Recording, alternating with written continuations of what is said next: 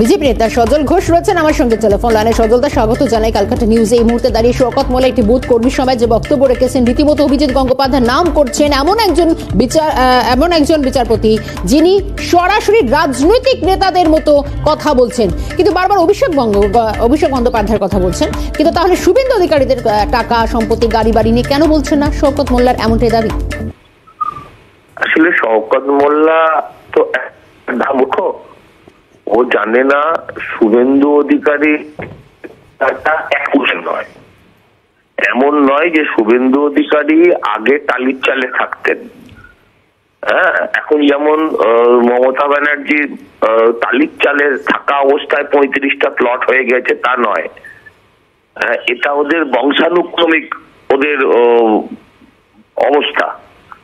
হ্যাঁ, ওরা বংশানুক্রমিক ভাবে ধনী হওয়া বা গরিব হওয়া কোনোটাই তো